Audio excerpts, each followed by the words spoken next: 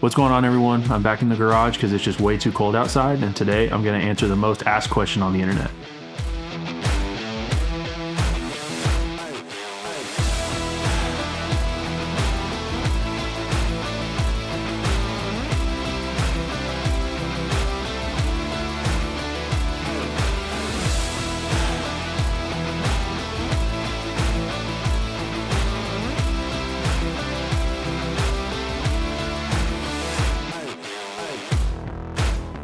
That's the most asked question I get. So today I'm going to be breaking down what I did, why I did it, and how it all comes together. So let's get into it.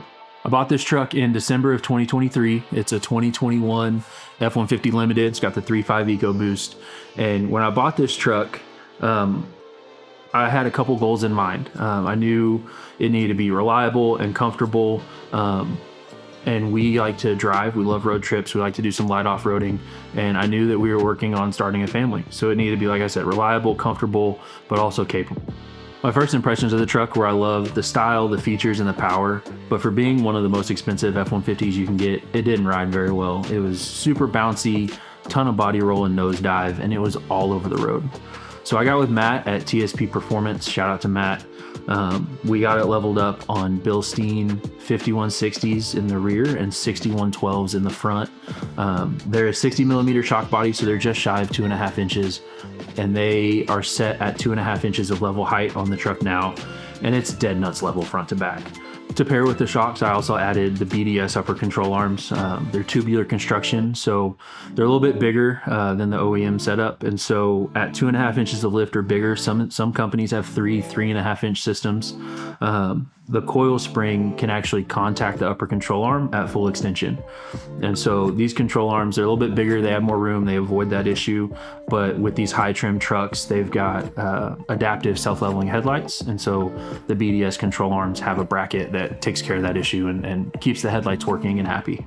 Overall, it rides so much better than stock. It got rid of all the nosedive, the bounciness. The truck doesn't try and shimmy and change lanes on me every time I hit a bump in the road. A lot of people will say the Bilstein setup is stiff. The word I would use is firm. It tightens up the front end. It handles like a completely different vehicle. It almost feels like a sports car. It's a night and day difference in the handling of this truck. Once the truck was leveled, it made room for some decently large tires.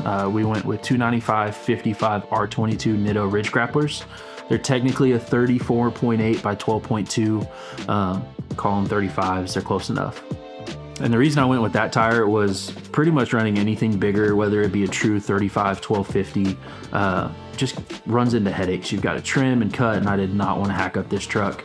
And there was even enough room that I paired it with a set of 1.25 inch spacers from Bora Off-Road. Gave the truck the perfect stance. It's exactly what it needed. There's just a little bit of tire sticking out the side and gives it a lot wider road presence. And that's another thing I get asked a ton of questions about is spacers. So running a wide tire on a stock offset wheel, even with the stock control arms, you have a chance of contacting that stock control arm. And with the bigger BDS control arms, we needed to space the tires out. So I wanted to avoid cutting the truck. I didn't want to cut or trim studs or anything like that. So Bora sent out a set of 1.25 inch spacers. That's the smallest you can run without having to trim studs. There's a pocket on the back of the wheel that the little extra 4 or 5 threads of studs sit in. And there's a ton of myths about spacers that I won't get into, but as long as you use quality parts, you install them correctly, and you maintain them properly, they're safe, they're reliable, and they're consistent, and you'll have no issues. So while we were at it, we did some future proofing, and I cut out the crash bars front and rear on both sides. The tires just barely touched. It would have been fine if I left it, but didn't want to run into any problems and didn't really like the sound, so got those out of there. At the same time, I cut the plastic corners off the front valence, and I used a Wicked Customs bumper spacer kit to space out that front bumper just 3/4 inch and make as much room as possible, because I knew the wheel and tire setup would change, and it's going to be changing sooner rather than later, so I'll have more on that in a later video. Performance-wise for this truck, there's still a few things left to do. I've got a cooler intake to install, but if you haven't seen my previous videos on the AWE exhaust or the CVFab intercooler kit, definitely go check those out. Between the blow-off valve and the way the exhaust sounds, I'm in love with how this truck rides and sounds. I couldn't be happier with the setup. Once the intake goes on, we'll get tuning set up, probably some new injectors, and we'll get this truck on the dyno, see what it makes before and after, and we'll have a future video on tuning and everything you need to cover those bases and get your truck tuned. Overall, this setup is really simple, but a lot of thought and planning went into it. Matt at TSP, AWE Tuning, CVFab, my man Seth behind the camera. I couldn't be happier the way this truck is. Couldn't have done it without these guys, and I'm super thankful for them for being a part of this build. So next up, like I said earlier, I've got a new set of wheels and tires on the way. I've got a few performance parts to check off the list, and we just bought my wife a new Jeep SRT. So if there's anything I missed or something I didn't cover, drop a comment and let me know. If you found this video helpful or want to see more, I hope you consider subscribing. Thanks for watching.